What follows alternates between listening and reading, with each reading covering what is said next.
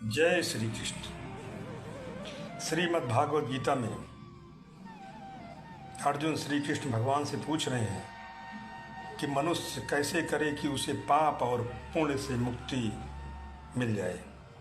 श्री भगवान ने कहा कि हे पार्थ, इसका तरीका यह है कि मनुष्य फल की इच्छा त्याग कर कर्म को अपना धर्म समझकर कर्म करे, फल उसे अवश्य मिलेगा, परंतु उस फल को वो विधान की इच्छा समझकर स्वीकार करे। ज्ञानी पुरुष इसी योग को अपनाकर कर्मयोगी बन जाते हैं।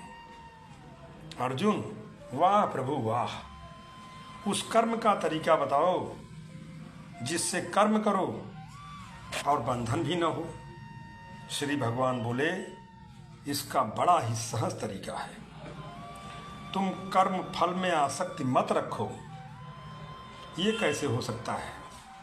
फल प्राप्ति की इच्छा करने से मनुष्य को फल की प्राप्ति होती है नहीं अर्जुन, क्योंकि फल तो प्रारब्ध के हाथ में है। और जो भी मनुष्य फल प्राप्ति की इच्छा करता है, उसका मन फल के बारे में सोचकर अपने कर्म और कर्तव्य से विचलित हो जाता है और उसे वो फल प्राप्त नहीं होता जिसकी उसने इच्छा की थी।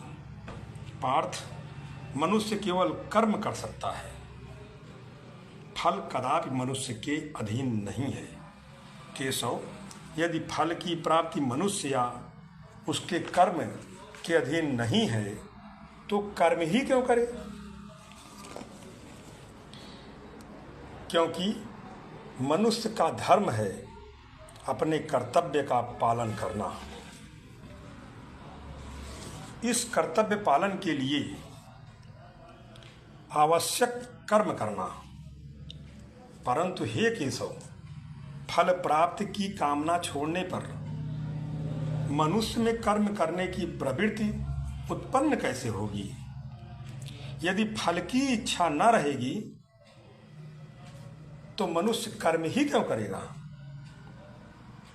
हे अर्जुन, जो साधारण मनुष्य कर्म फल की इच्छा से कर्म में प्रवृत्त होते हैं, वो सुख दुख आदि के चक्र में फंस जाते हैं।